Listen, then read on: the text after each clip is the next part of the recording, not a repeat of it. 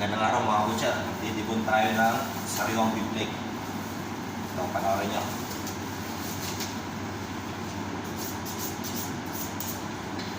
Local to mga butcher, sariwa. Tagalin muna natin itong ano niya.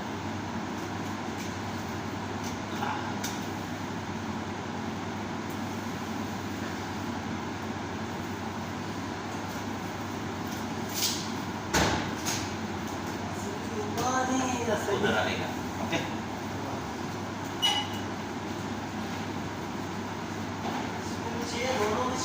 Ha? Kau na? Supervisor siya eh. Eglas dalo. Ayo. Apa siya eh? Ini siya eh. Yuk.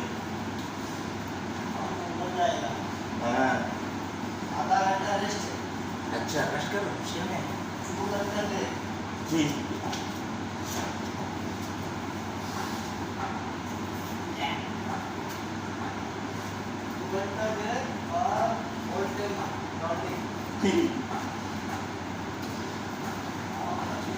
tiga sambakan itu mau ucap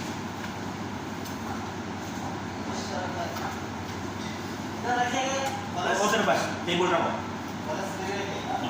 table berapa Sakir चाहिए से में चाहिए लाती भी चाहिए सही वो नहीं मतलब नहीं वीडियो वाह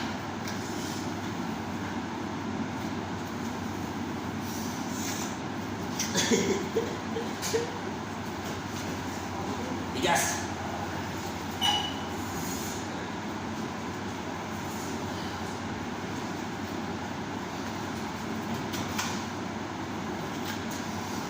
Yan, ito yung pinakamahirap talaga sa lahat mga kabutsin ito.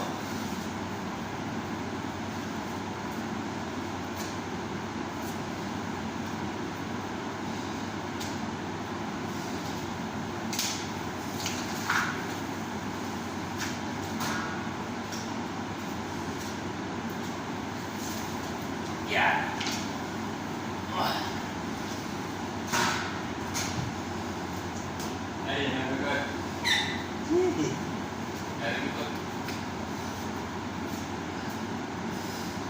Yan ang matigas.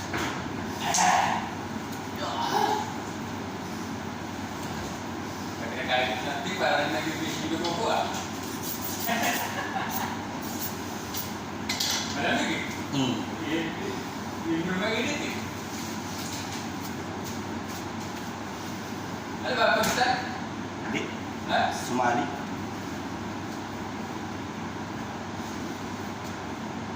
Sabi yung kalbit. May feed, may sumali, may sarara dyan. Kompleto yan dyan.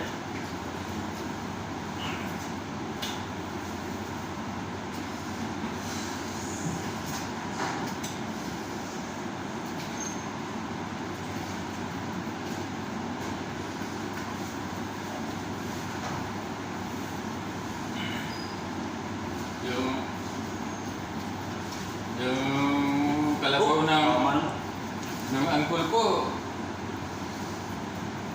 na ano ng bagyo, Naganan. nalunod, Yun lang. naabot ng baha.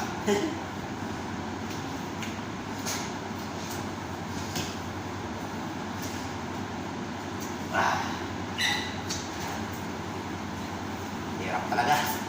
Pag tibunan ka, kailangan malakas talaga yung katawan ng mga kabutsin. Hirap. Kaya, ano talaga eh. Tapos, ibang klaseng karne rin dito, matigas. Yung malambot na karne mga kabutsin. Yung Pakistan, malambot. Yung tigas ng karne. Yun. Punaro. Tapos, dito na tayo sa top side na area. Yan.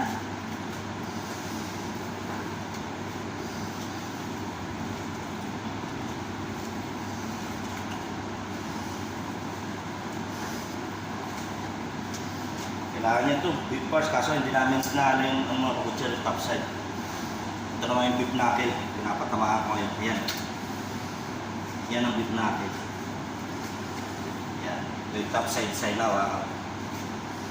Nasa ilalim yung silver side niya mga kabutcher. Yan. Kalas na siya. Yan, pakita ko sa inyo. Kalas na yan. Yan o. Wala na, tanggal na.